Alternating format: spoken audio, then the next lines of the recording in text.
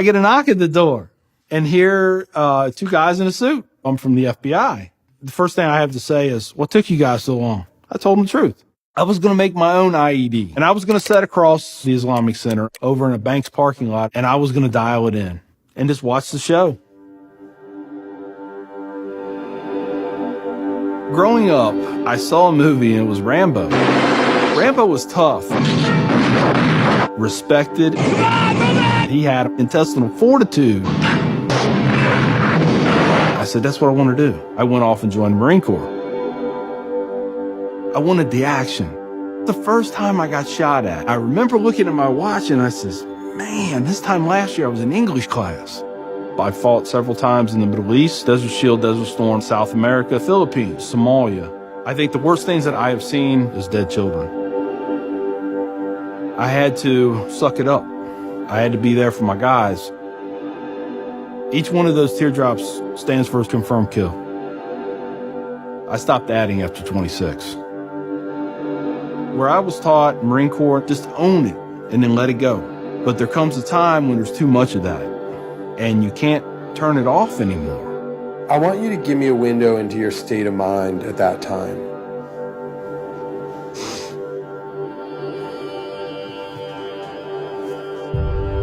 One time, my wife and I went to a DSW, and I saw in the distance these two women in black burqas in my store.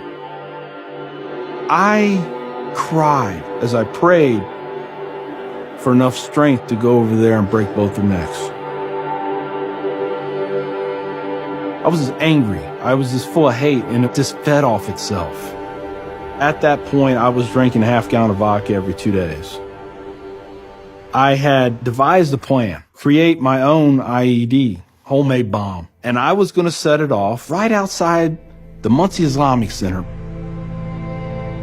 200 plus killed or injured. That was the plan.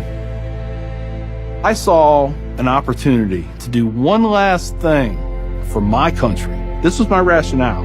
I knew I would end up in a federal prison with a needle in my arm. I didn't care. My hatred of Islam, it was the only thing that was keeping me alive.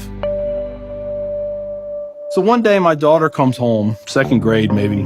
She was telling me about this little boy who sat across from her. His mom came to get him. She said she had scarves on her and she had a dress all the way down to her feet and you couldn't see her on nothing but her eyeballs. At that point I snapped, started spewing things out of my mouth that should never be said in front of children or anything. She didn't say anything. It was the look on her face. I remember my daughter looking at me like I was absolutely the craziest person on the face of the earth. She was my little buddy. She used to say we were road dogs. I know I saw it in her eyes. I made her question that love.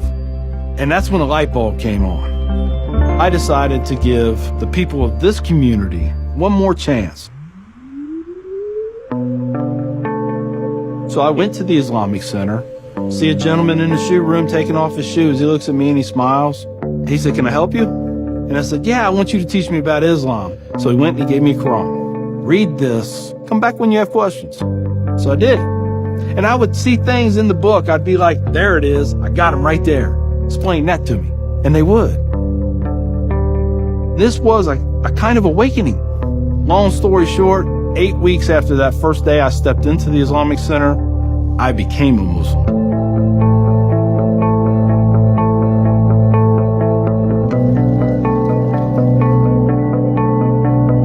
I'm a Muslim, a veteran, and a proud American.